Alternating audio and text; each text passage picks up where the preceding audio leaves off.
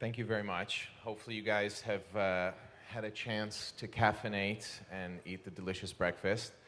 On the theme of being holistic in our technified world, I'm going to ask everybody to stand up for a second and take that artificially intelligent stretch that you all need. Reach for the stars. Excellent. Excellent. Get that blood flow going to your brain, and you're welcome to sit down again. Thank you for humoring me. Trust me, your biological infrastructure has needed that. So, my goal today, and thank you, Vaughn, for queuing it up, is to talk to you a little bit about why it's a plea that I'm making to the tech AI community as a physician that we have a holistic interface on every side of our AI development. So my background, just a little bit, I'm a critical care physician, thank you, here in Montreal. I'm also a family doctor, and I also teach students and residents down at the University of Vermont. So I practice medicine on both sides of the border, which gives me a little bit of insight into two different systems broken in two different ways, and how technology has the capacity to fix both, but we have to preserve some very human elements to the technology as we go.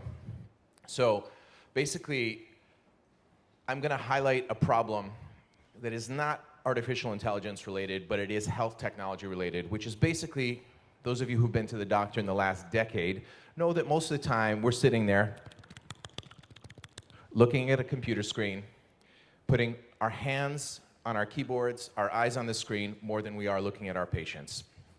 That's a huge problem, and that is the analogy I'd like to make for artificial intelligence if we're not careful, okay? Now, don't get me wrong. Technology is not in and of itself a bad thing for healthcare. We need it. We just need to apply it carefully, okay? This is not exactly how we used to do anoscopies or colonoscopies in the past, but you can appreciate the analogy that having a small fiber optic camera is much more comfortable than a large, huge camera, okay?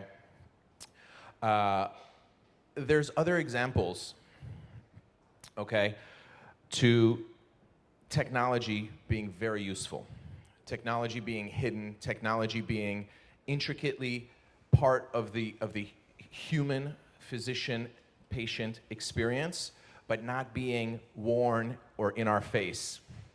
Because one of the true problems is this really does happen, okay? We're treating charts, data, numbers, and not the human beings in front of us. Okay, some examples, there was an incredible EEG company out there that basically my patients, as long as their technology hits the market soon, my patients will be able to have access to electroencephalograms within minutes and hours instead of days and months. Okay, this is exactly what I'm talking about. And they don't have to shave their heads and have electrodes attached. It's a dry EEG technology. Okay, Imagia, another company that's gonna make cancer diagnosis happen quicker, sooner, better, without forcibly introducing more technological barriers in the patient-physician experience. And quite frankly, one of the dangers that we have with artificial intelligence and even backing up big data, as we were talking about, is we really are treating numbers and data much more than we are treating patients, okay? I'll give you an example. In the States, there's this huge goal, okay, to meet our numbers, to reduce length of stay, to reduce readmissions. Medicare is charging, Medicaid is charging, there's fees, there's fines, and this is what the hospitals are treating. And we're forgetting that statistics are metadata. And even though statistics apply to large populations, they don't apply to individuals. And as I've heard a couple times this morning, which I really appreciate, causality and correlation are two very different things. You guys maybe read that coffee makes us live longer. Yes, coffee has antioxidant properties, but it's because coffee makes us jittery and metabolically more active, and it's actually moving more that makes us live longer. So, that being said, we don't actually fix x-rays via Photoshop, but it feels sometimes like we're doing this, okay? And there's also the very real problem of having the data makes us feel like we need to use the data, okay? So Here's your sonogram. Her name is Chelsea. She has a talent for music, and she hates broccoli. While that's funny and amusing, actually this is a very real problem when it comes to technology and medicine. I'll give you an example of my patient Sally, that's not her real name, of course, who had a lump in her breast. And she's a young woman, it's okay to have lumps in your breast.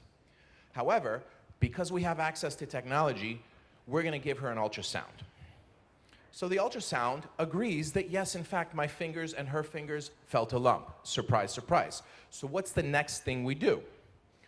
And it's different in the United States versus here in Canada, because in the United States, there's a team of lawyers ready, if we do the wrong thing, or the perceived wrong thing, to get up in arms, which actually motivates clinicians to go towards more testing in many cases. We go and we get a mammogram, which incidentally is radiation, which has its own risks.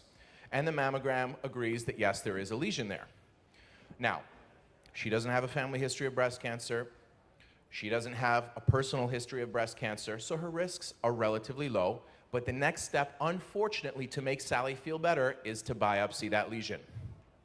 So she goes through the anxiety. This has been 2 months, right, through all of this. So she's been anxious this whole time.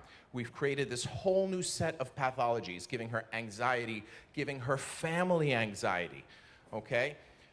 The biopsy happens, and now she has to wait another 2 weeks for the biopsy results. And of course, it comes up back benign. Of course, we wish, we hope, and in X% of cases, this is what happens. You could argue that this was a necessary evil, the anxiety, the biopsy, the process, but what we've done is now poor Sally has to go back and do an ultrasound every 6 months for the rest of her life, and she's 26 years old, okay? Now, the scarring from that biopsy is gonna look even more calcified on any further imaging. So I'm just giving you guys an example. It wasn't wrong to do this process, but it's a very clear example of the over-technologification, I invented that word, excuse me, of the clinical physician-patient interaction, and we have to be very cautious.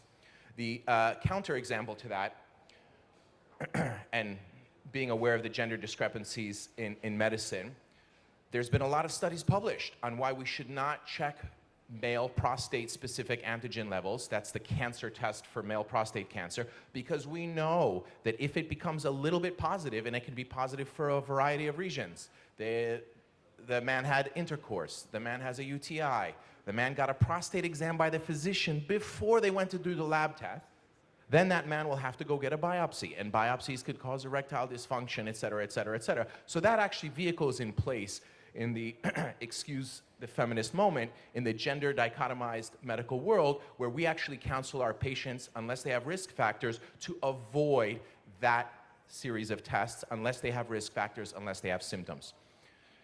It's a little bit trickier with breast cancer, but you guys get the idea. Sometimes there's just too much data, and we're way too excited to treat the data and not the patients. So my plea to this burgeoning, slightly postnatal AI tech community, guys, we really have to make sure we have a user-friendly interface.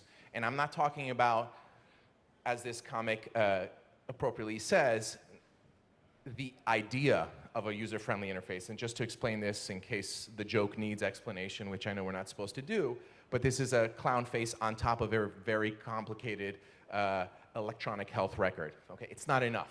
Okay, what I propose is basically the future of the patient-physician relationship should be more human. It should be more holistic, and the technology should be hidden, and it should be aware of the humanity first and foremost.